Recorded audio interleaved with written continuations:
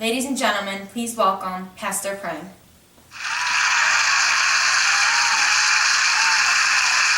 Hello, Hester. How are you? I'm good, thank you. You're welcome. So, as I understand, you were left in the New World by yourself for 2 years, correct? Yes. And where was your husband at this time? Well, I didn't know exactly. I thought he might have been in Europe, but I honestly thought he was dead. I hadn't heard from him for years, and, I guess everyone just thought he was dead. So, as I understand, you made one bad decision to sleep with a man, and you got pregnant, and you had a daughter named Pearl, correct? Yes. And you had to suffer public recognition while the father of this child was unknown for 7 years. Yes. 7 long years. So, when you first walked out of that jail with Pearl in your arms, how did you feel? Well, at that moment, I just tried to appear confident and so sure of myself because I didn't want everyone to see that behind all that I was terrified. I just was scared out of my mind because when you walk through there and you see all those women talking about you, whispering, I just felt like this blush coming on me, and I felt so embarrassed, and I just felt so scared and lonely. Of course. And what was it like? You had to stand on the scaffold for several hours, correct? Yes. What was that time like for you? I just kind of try to imagine not being there because all those people staring at you, it's just so hard to picture that because you would never ever experience that anywhere else. And I just tried to think about my past and my daughter in my arms and my husband, and I just tried to be out of my body, I guess, in a way. Mm-hmm. And what was your reaction when you saw Pearl grasping for Arthur Dimsdale as he was trying to get you to reveal the father of the baby? Well, I guess I was kind of surprised. This little baby reaching out to her father.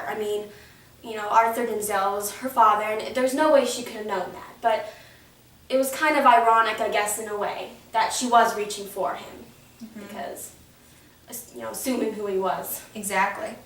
And what was going through your mind as you were standing on the scaffold and you saw your husband in the crowd? Well, actually, right before I did see him, I was thinking about him, actually. I was thinking about all the memories we had, and the good and the bad, and missing him in a way. And then, all of a sudden, I catch a glimpse of these humped shoulders in the crowd, and my heart kind of just stopped. A wave of terror rushed through me because, it just couldn't be him. There's no way it could be him. He was dead. But then I realized it was him, and the first thought that ran through my mind was, oh my gosh, how is he going to react to this? Here's his wife, up there accused of adultery. With a child that's not his. Mm-hmm. That's just, I don't know what was going through his mind. Oh, I can't even imagine. What was it like to see Arthur Dimsdale at the governor's house when you went there with Pearl? I was kind of surprised because, I wasn't not ready to see him. And because everything that happened to me, but, deep down I still loved him and I was still wanted to be with him, and just the fact that he didn't come out with his sin like I did. I know I promised that I wouldn't tell anyone, but still going through all that alone is so hard for a person. And I didn't really want to see him. Did you feel for a moment, though, when you were at the governor's house and he defended you to keep Pearl in your custody, did you feel like he still cared about you in a way? Yes, because I wanted him to, I guess. And, mm-hmm. For that moment I thought maybe we can be together still. But then, the hard, cold reality rushed to me, and there's no way. Because he'll never reveal. And exactly. I just don't really want to talk about it. So.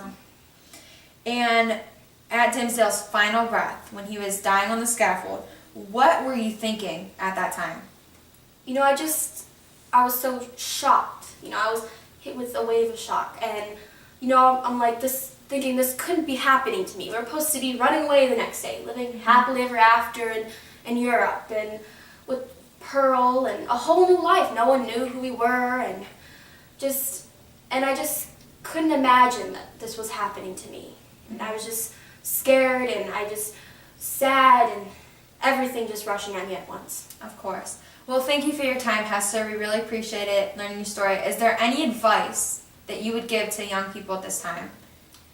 Just be true to yourself. I mean, be true, be true, be true. I mean, the best way is, not to hide yourself from others and not to hide your sins, and just let everyone know what's going through your mind, because, if you keep that inside, that'll end up killing you. That'll end up burying you, and it's not a good thing.